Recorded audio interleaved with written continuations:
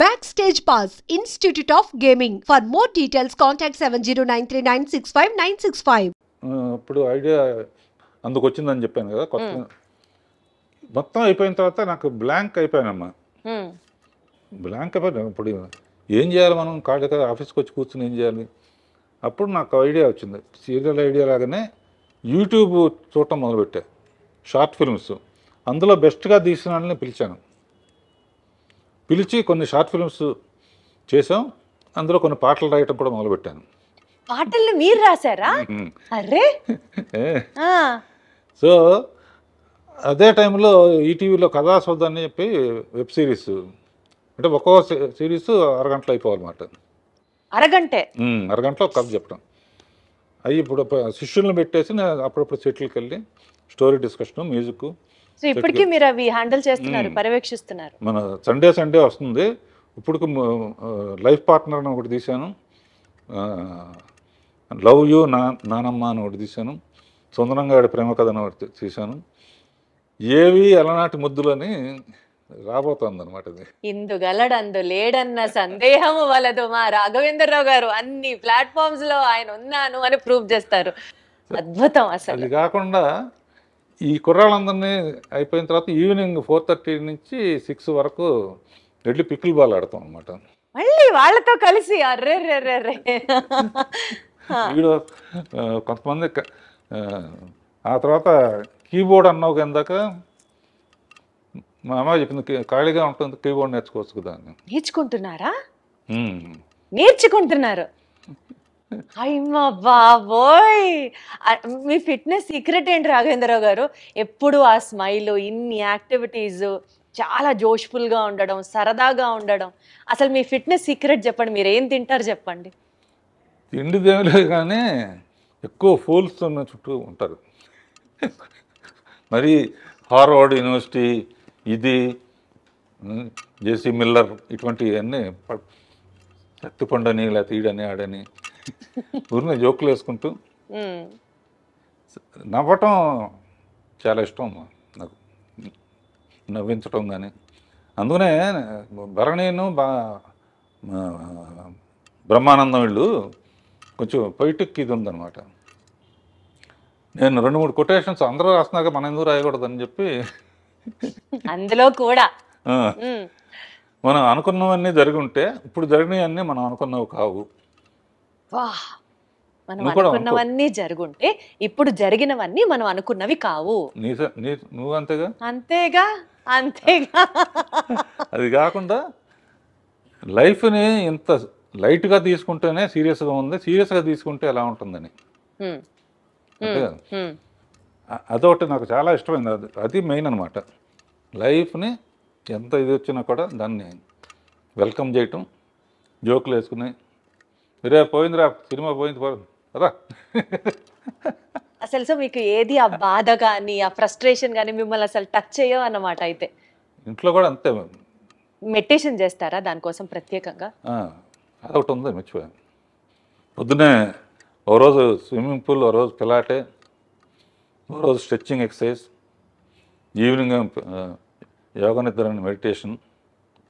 ప్రతిరోజు pickle ball అవగానే స్నానం చేసి 40 minutes మెడిటేషన్. సో టైముని అలా విభజించుకుంటా. పని లేకపోతే నాకు ఏదో చెయ్యి కాలు ఆడదంటారే. అందుకనే మీరు ఆ 16th year దగ్గర ఆగిపోయారు రాఘవేంద్రరావు గారు. ఇంకా అసలు ఏజ్ ముందుకి రాలేదు అంతే. హ్యాపీగా ఎప్పుడు సరదాగా ఉంటాం. ఈ వాళ్ళ దగ్గర నుంచి నేను నేర్చుకుంటున్నానమ్మా, నా దగ్గర నుంచి వాళ్ళు నేర్చుకుంటున్నారు. కొంతమంది చెప్తారు కదా, కేజీ 1200 రూపాయలు ఉండే బియ్యం తింటాం, లీటరు 5000 రూపాయల నుంచి 10,000 రూపాయలు ఉన్న డైరెక్ట్గా హిమాలయాస్ నుంచి తెచ్చిన వాటర్ తాగుతాం, అదే మా బ్యూటీ సీక్రెట్, అదే మా ఫిట్నెస్ సీక్రెట్ అంటారు కదా. అట్లాంటి ప్రత్యేకమైన తిండ్లు మీరేం తినరా? అసలు తిండి కూడా లేదు అసలు. ఏదో ఇప్పుడు తర్వాత ఏంటంటే జనరల్గా రోజు పొద్దున పూట కూడా ఇడ్లీలు, వడలు, దోశలు తినేవాళ్ళం. ఇప్పుడు ఏంటంటే ఒట్టి నట్స్ను ఫ్రూట్స్, మధ్యాహ్నం lunch, night only tiffin. So అదన్నమాట మీ సీక్రెట్. ఆ గ్యాప్లో చిన్న పర్సనల్ ఇంట్రెస్ట్, పర్సనల్ ఇంట్రెస్ట్ ఏంటి? ఏదో కాలక్షేపానికి కొంచెం ఒక రౌండ్ వేసుకోవటం. Such an honest, sweet and an humble answer from your end. అసలు సూపర్. ఎటు మనం ఈ విషయాలు మాట్లాడుతున్నాం కాబట్టి రాఘవేంద్ర గారు, నాకు ఇందాకటి నుంచి మిమ్మల్ని చూస్తున్నాను, మీతో మాట్లాడుతున్నాను, కానీ నా ధ్యాస అంతా మీరు షర్ట్ మీద పెట్టుకున్నటువంటి ఆ గ్రీన్ అండ్ వైట్ బ్రోచ్ మీదకి వెళ్తోంది. అసలు అది ఎంత క్యూట్గా ఉందంటే ఏంటి చెప్పండి, దాని సిగ్నిఫికెన్స్ ఏంటి, దాని బ్యూటీ ఏంటి? ఇది మా అమ్మాయిలు ఏంజల్ ఉంటే మంచిది అంటారమ్మా. ఏంజల్ ఇళ్లలో కూడా ఏంజల్ బొమ్మ పెడితే చాలా, లేకపోతే నువ్వు కూడా పెట్టుకో ఇంట్లో, ఇది పెట్టుకో అని చెప్పి మా పిల్లలు ఇచ్చారు. ఇది వాళ్ళు ఇచ్చిందంటే నాకు వాళ్ళంటే నాకు ఎంత ప్రేమో, ఇది అంటే అంత ప్రేమ అనమాట. దీంతో చాలామంది అడుగుతారు, ఇది ఎక్కడ పోతుందో అని చెప్పి 2-3 ఒక్కోసారి పడిపోవచ్చు కదా. ఒకటి మట్టుకు అందరూ 2-3 ఎప్పుడూ పెట్టుకుంటాను. ఒకటి మట్టుకు ఎక్కడ పడాలో అక్కడ పడుతుంది. గొప్ప వ్యక్తి అక్కినేని నాగేశ్వరరావు నిర్యాణం చెందినప్పుడు అన్నపూర్ణ స్టూడియోలోనే ఇది చేశారు. ఫైర్ లాస్ట్ రైట్స్ అన్ని అక్కడ చేశారు. నాగార్జున ఎక్కువ ఎమోషనల్ అయితే నేను గట్టిగా కావాలని ఇంటికి వచ్చి చూస్తే ఇది లేదు, అందులో పడిపోయింది అనమాట. అందుకనే ఎప్పుడు సేఫ్టీకి దానికి నేను చాలా హ్యాపీగా ఫీల్ అయ్యాను. ఒక గొప్ప వ్యక్తికి ఇలా అనేక మెట్టు మీద మెట్టు. ఎల్వి ప్రసాద్ గారు అనేవారమ్మ. అంటే ఆయన సినిమాలో చైల్డ్ ఆర్టిస్ట్గా కూడా చేశాం. నేనంటే బాగా ఇష్టం ఆయనకి. రాఘవేంద్రరావు సినిమా పెద్ద హిట్ అయిందని వాళ్ళ అబ్బాయి చెప్పాడు అనుకో, రాఘవేంద్రరావు ఎంత పైకి వెళితే ఎక్కడం ఇది పడిపోకుండా చూసుకోవటం బాధ్యత, పడిపోకుండా చూడటం. ఎంత హైట్ వెళ్తే అంత బాధ్యత పెరుగుతుంది. అట్లా is a beautiful journey all over. ప్రత్యేకంగా అండి, సీనియర్ ఎన్టీఆర్ గారితో మీరు చేసిన ప్రతి సినిమాలో ఆడియో బ్లాక్ బస్టర్ హిట్ అంతే. చక్రవర్తి గారు మ్యూజిక్ అనుకోవచ్చు, లేకపోతే వాట్ ఎవర్, కారణాలు ఏంటో మీరే చెప్పాలి. కానీ అసలు ఆ పాటలకి మీరు దగ్గరుండి రాయించుకునేవారా, లేకపోతే ఎన్టీఆర్ గారే రాసేవారా? అసలు ఏంటి ఆ మ్యాజిక్?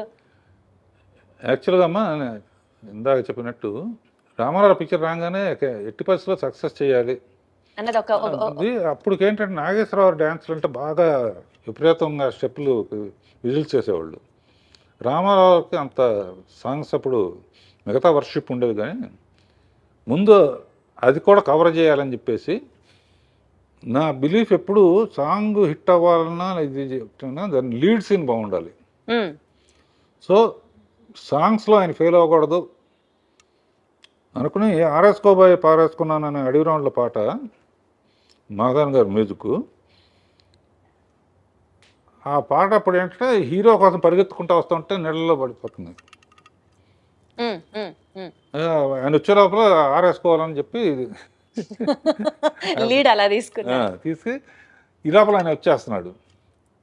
ఆడియన్స్ ఎంత మంచి వాళ్ళు అంటే వస్తామంటే చీర ఎగిరిపోయింది. చెట్టు నుంచి చార వేసుకోబోయి పారేసుకున్నానంటే ఓ ఏళ్ళలో డబ్బులు అంటే టేక్ ఆఫ్ ఉంటేనమ్మా.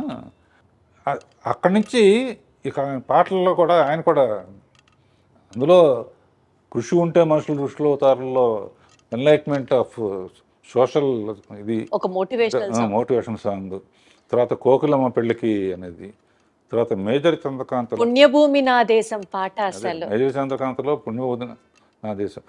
ఎక్కడికి వెళ్ళినా సరే ఆగస్టు 15న జనవరి 26న ఈ పాట ప్లే అవ్వకుండా భారతదేశంలో ఎక్కడ ఉండదు అంతే. అదిను ఆయన అందులో కూడా అన్ని గెటప్పులు శివాజీ అల్లూరి సీతారామరాజు.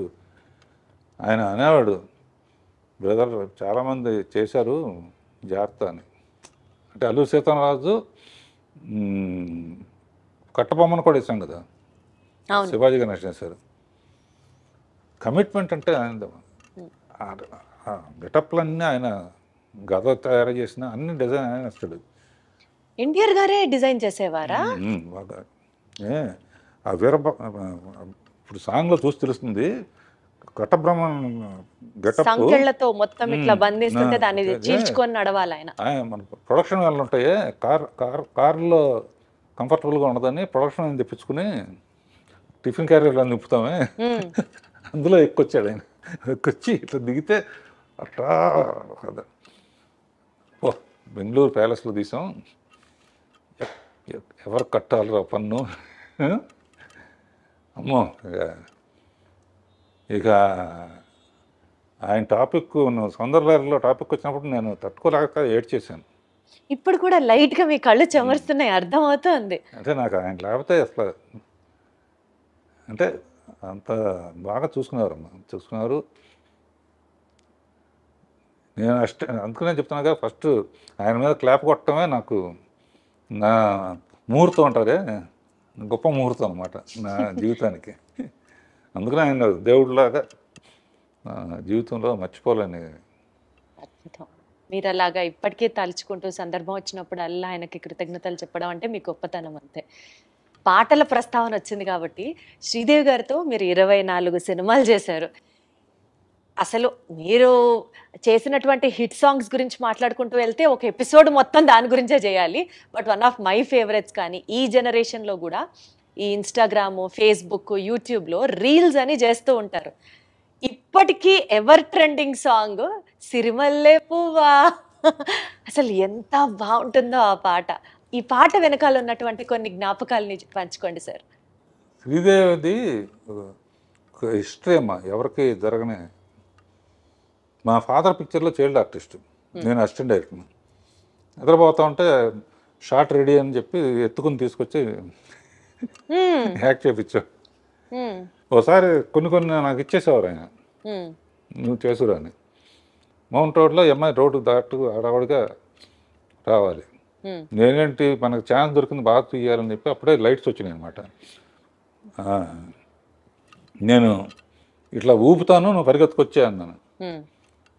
లైట్లు గ్రీన్ పడింది, ఊపాను. కార్లలో వస్తాయి, ఆ సెన్స్ పోయింది.